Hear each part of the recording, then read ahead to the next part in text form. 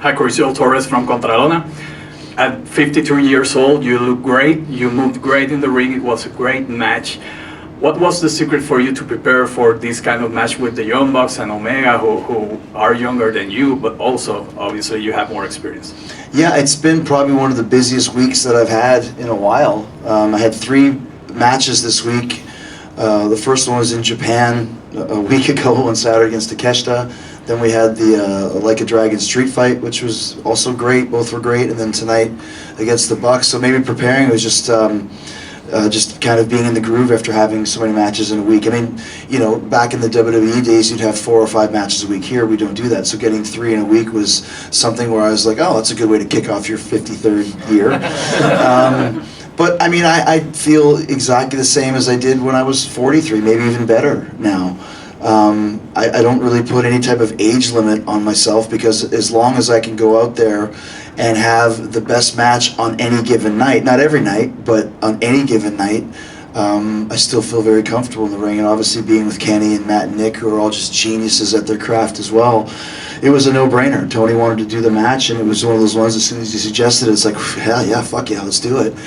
And I also think following just the insane Texas Death Match, which was amazing, not a lot of people could follow that match. And I think we did, and followed it very well by rebuilding the crowd. And I like challenges like that, you know.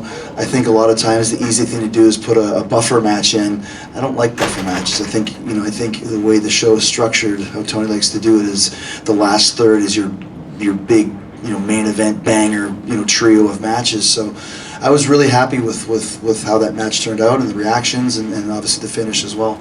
It was tremendous. It was fantastic. And also, just to speak to the run, I mean, this week 3 matches, but also the past year, what an amazing run you've been on. Thanks, and yeah. like you said, you've been operating and wrestling at as high a level as ever, and going with some of the best people in the world. This week with Takeshita and competing in the street fight, and then with the Young Bucks teaming with Kenny tonight. But also throughout the year, we just had Will Ospreay in here, and you had one of my favorite matches, certainly from All In, and one of the best matches I think you've had this year was Will Ospreay. Yeah.